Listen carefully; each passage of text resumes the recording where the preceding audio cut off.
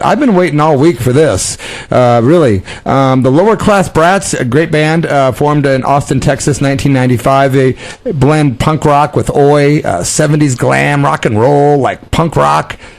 Just love them so much. KSKQ is 89.5 FM Ashland and 94.1 FM Medford, Oregon. And on the phone with us, I believe from San Diego, is the frontman of the Lower Class Brats, Bones. How are you, bro?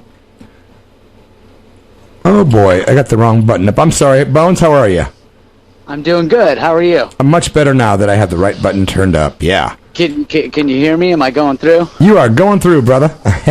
Awesome. You know, it's funny. I thought for a long time that you lived in Texas, but your band was founded there, but you live in San Diego. I do live in San Diego. I was born and raised out here, and I had moved to Texas in the early 90s. And that's when the band started around in 95 and out there, and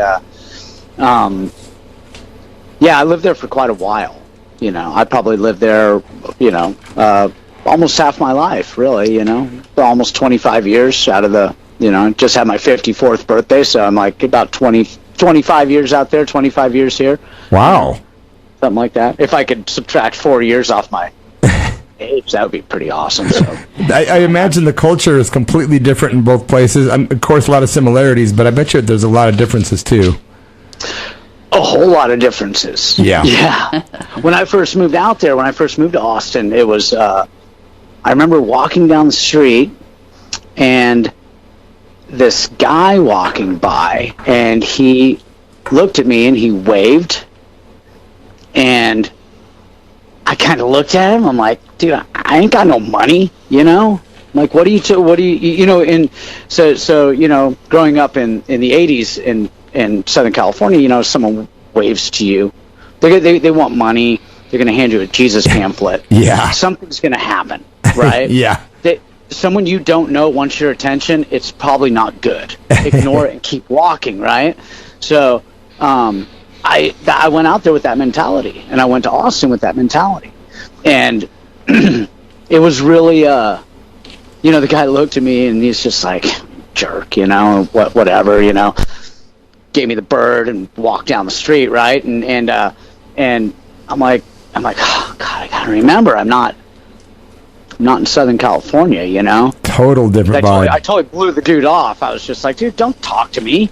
Wow. I don't know you, and then I learned that there was that there actually is Southern hospitality, out there, and people are actually really nice. They just don't act nice to get something out of you like they do. Yeah. And not everybody out here is like that, of course, but it is, there's some of the rumors are true. Right. Competition, people want to get over on people, and they want to do that the same place, the same thing everywhere. But, Austin seemed a little bit more true. And a lot of the people were nicer. You walk by people and smile, and they smile back. Right. So, a little different. Am I correct in your first album in like a long time came out basically a couple months ago, right? Yes. Yeah. Tales of the Wild, the Ugly, and the Damned. I love the title, man. Oh, thanks. Yeah, it's a little play on Ultravox. Yeah. Who came up with that title? Now, is that your idea? And I would think that the guys in Ultravox came up with it. Oh, right, I gotcha. Okay. Ripped it off. No, it's because they have a song on their first album, the first Ultravox album, called "The Wild, the Beautiful, and the Damned." Okay. And so we just kind of did a play on it and did the Wild, the Ugly, and the Damned. That was actually Ron, our bass player, came up with that. Oh, rad, man. I'm like, yeah, it sounds good, cool, No one seemed to complain. Everyone liked it, All the songs are a little different, So kind of little. I really love story songs. Yeah, me too. Songs that have a beginning, a middle, and an end, and that's always being a big fan of like Shel Silverstein when I was a kid, or things like that, and I'm a massive Billy Joel fan.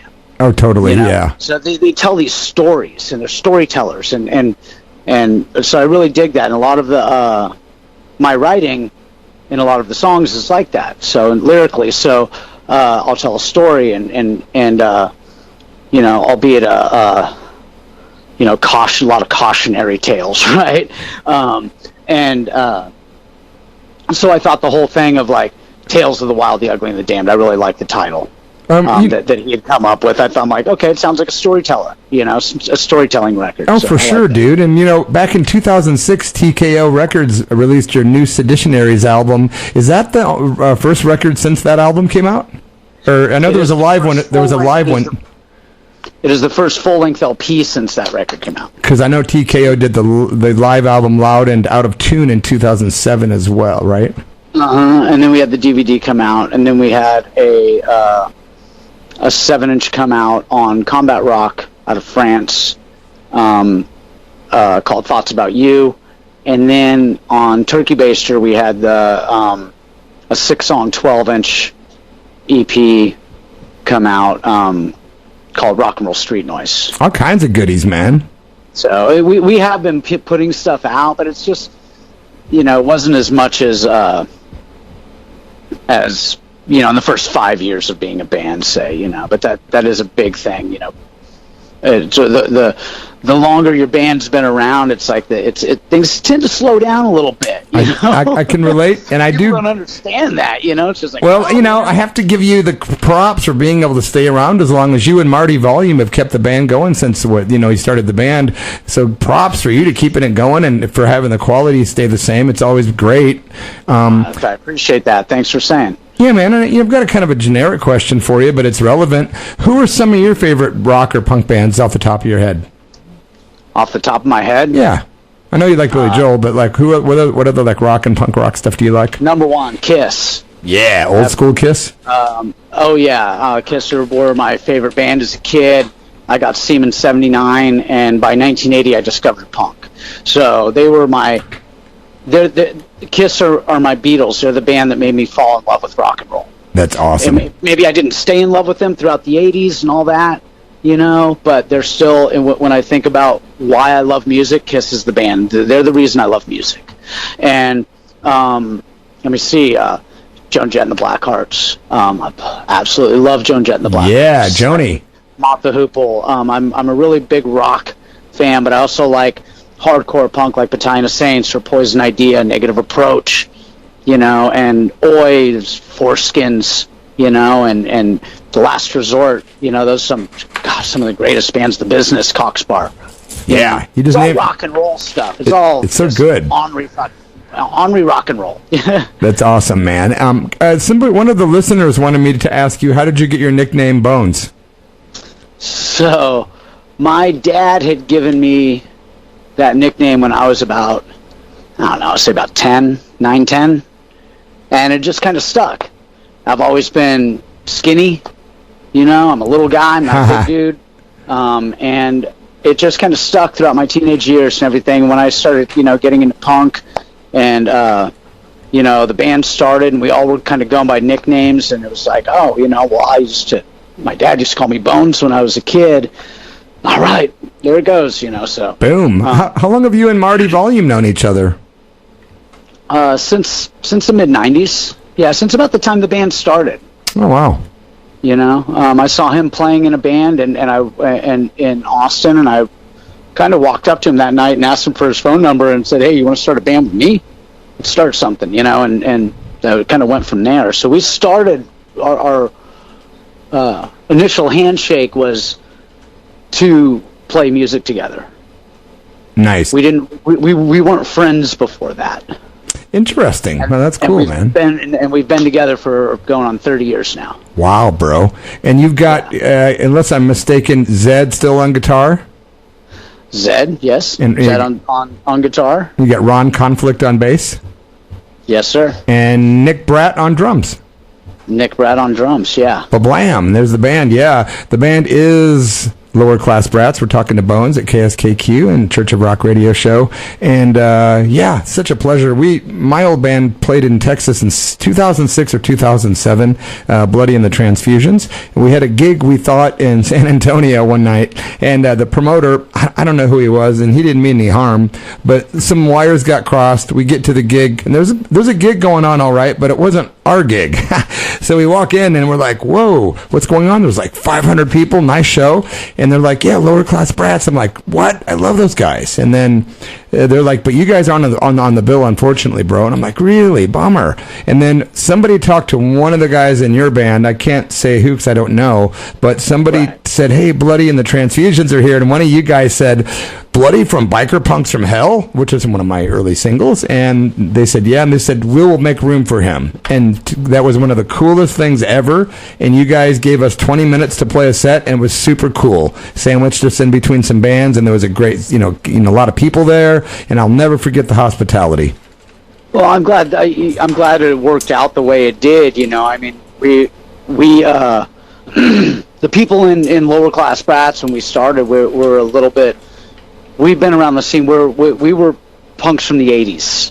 The band started in the 90s, but we had all been in the scene. I started going to shows in 83, so there was a lot of, and everybody in the band was the same way. So, when your Bloody Mess shows up and isn't on the bill, Bloody Mess plays. We know who he is. I don't care if you guys don't know who he is. Right. We do, and he'll play. Yeah. That's super cool, man. Work out that way. Thank you, Bones. But yeah. Really cool. What's the next thing for you guys? Do you do a lot of tours, or you got shows coming up? What's happening with Lower Class Brats? I know the album's brand new, so what are you guys doing? We're actually heading out to Europe at the end of next month, so we'll be out there. It's just like 10 shows, so I think the 25th or 6th, something like that, we head out. Get to spend Halloween in Germany, which will be really cool. Come back a few days into November, and I haven't been to Europe in quite a while, so this should be a lot of fun. And then we'll be hitting the road and doing some selective legs here and there. It's hard to get in the van and just head out on tour when everyone's in their mid to late 50s. I don't want to do this. It's tricky logistics, man, for sure. Do you guys think you'll get out to Portland, Oregon at all? Yeah, we love Portland. I mean, I think we were just up there not long ago. Okay. We did one show. We with Coffin Cats and the Drowns. We played the Bossa Nova. Bossa Nova, yeah, good place. One of my daughters lives up in Southeast, so the next time you're up there, I'll definitely have to make it, Bones. Yeah, most definitely. It'd be good to see you again. Yeah, and if you guys are interested in checking out the new music, you can. It's on all those music platforms, I'd imagine. Lower Class Brats, brand new album just a couple months ago, man. It's a good one. I was checking out all the tunes with it to find something to play after tonight's show. And, the album, it's called Tales of the Wild, the Ugly, and the Damned. And we're going to do a tune called All the Young Dudes Are Pissed. I love the title, man. It's like you're paying tribute to all these cool legends.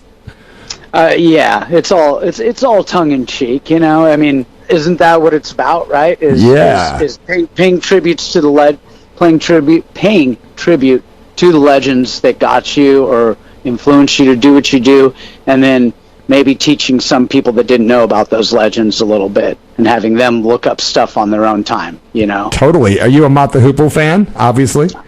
Massive Mott the Hoople fan, yes. God, Ian Hunter. So good. That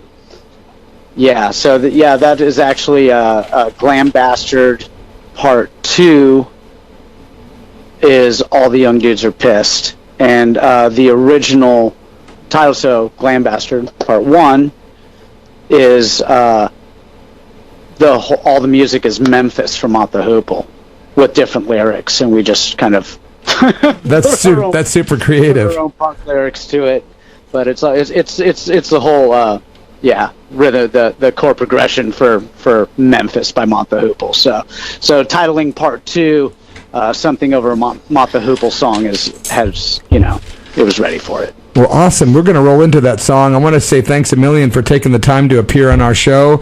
I was looking forward to talking with you, man, and looking forward to playing the music for those. We have people tuned in right now in about 8 different countries, which I'm proud to say. The show's been on 23 years, and I'm happy to play your music, brother, and I hope to see you next time you guys get out to old Oregon, man.